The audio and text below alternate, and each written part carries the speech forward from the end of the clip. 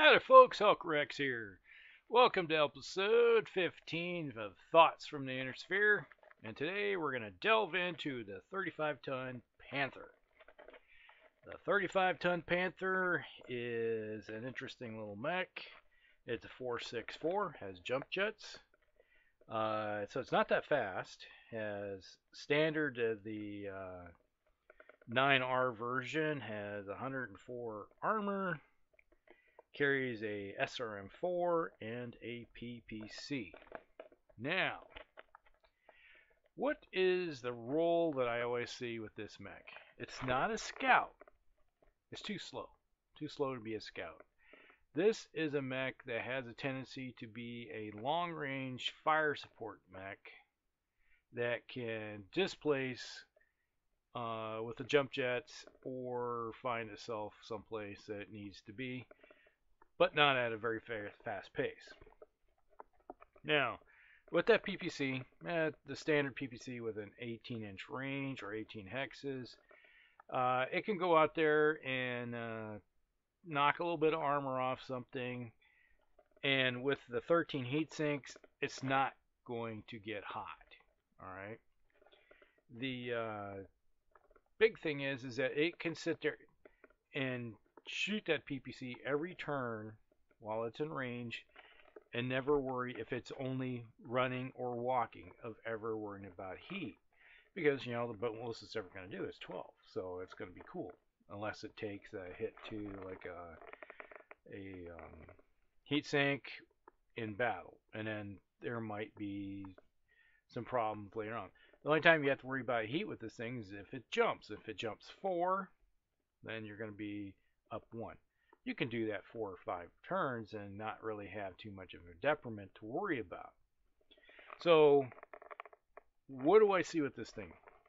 I always like to use a Panther because it seems to squirrel its way into units that we use in campaigns, because it's a pretty common mech that a lot of people have, and being that it finds its way, it's in the box set, of the games. It's always had one there, here or there.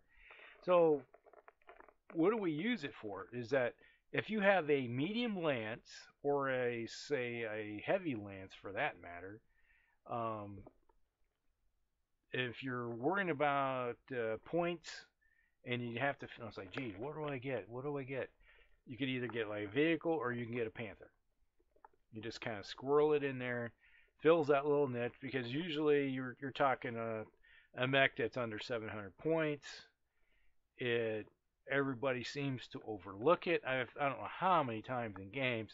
There's like one game we had a Panther, and the guys had their heavy mechs and their assault mechs, and we played this was at Gen Con. We had a 12-hour game, and one of these guys had a Panther, and it just sat there and parked in this wood hex throughout the entire game, firing that PPC every turn, just plinking away with that thing, and no one ever shot at it because it's just a Panther. Oh, ignore the Panther.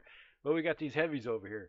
We got the big shiny things over here that are more of a threat. So they totally ignored the little guy, the little 35-tonner that's sitting over there.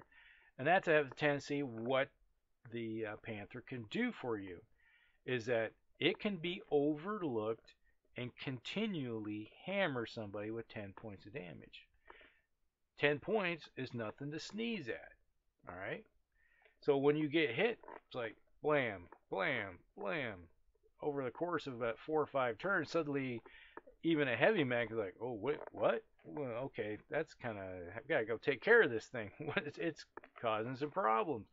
And by that time, you're going to be sitting there with your other mechs protecting it.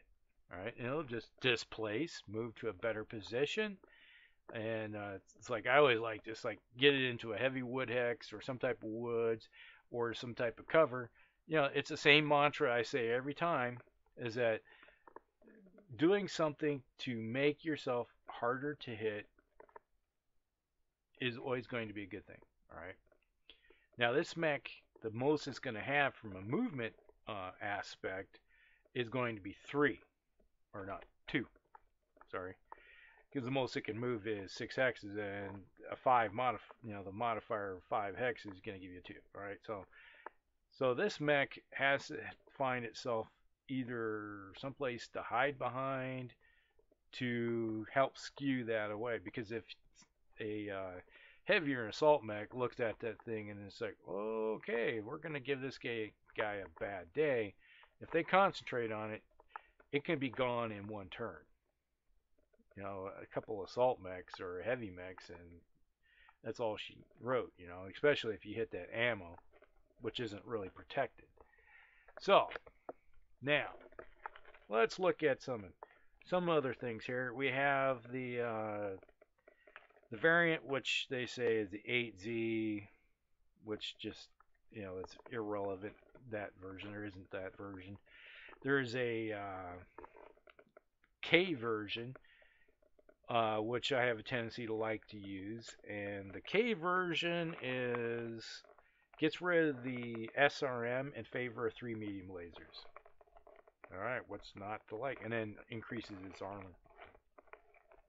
That has to be the tendency of the one that I like the most, is that with those 3 medium lasers, if you get somebody moves in close to you, it's like, okay, they're within 2 hexes of me or over point blank range.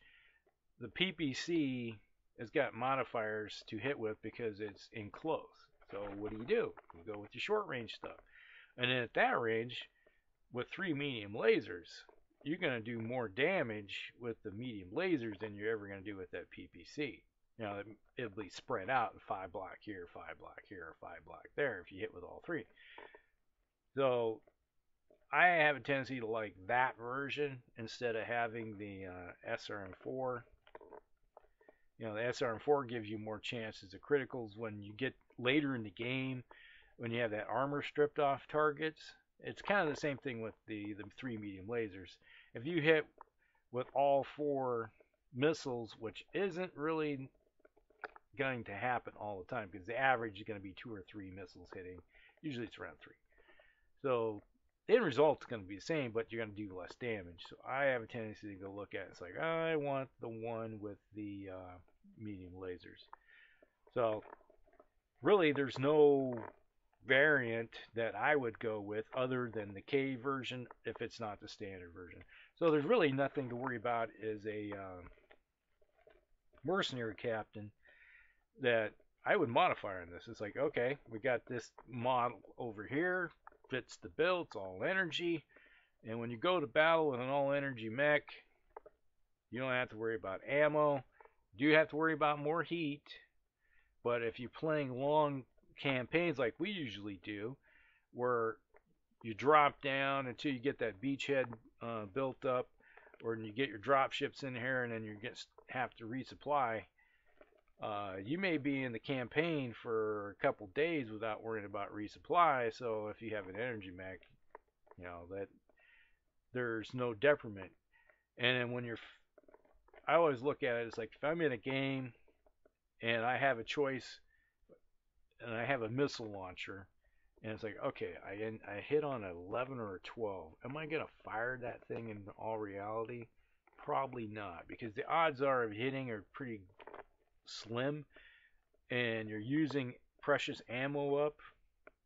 Or if you have an energy mech and you fire, it's just energy. Cost you nothing but filling up the fusion reactor. So I'm going to fire the energy. If I need 12 and I have energy, no detriment other than possible heat. And then you can control that through your own means. It's like, all right, I'll just fire this and this. I don't like to heat up, so that's just the way it works. So when it comes to the Panther, it will find a role in every mercenary captain's arsenal. It's not going to be an anti-scout mech. It's too slow. It will be a support mech for a medium lance or a heavy lance. So typical one would be a hunchback, an enforcer, a panther, and maybe a dervish, or what's another one, a javelin or something of that nature, where you have bunch of mechs that are either all 4.6, 4.64s. They all have the same kind of movement, and the Panther fits right in there, and it's going to do the job. It does a pretty good job the way it is. All right, this is Hulkrix, and we'll see you again in the next one. Hulkrix out.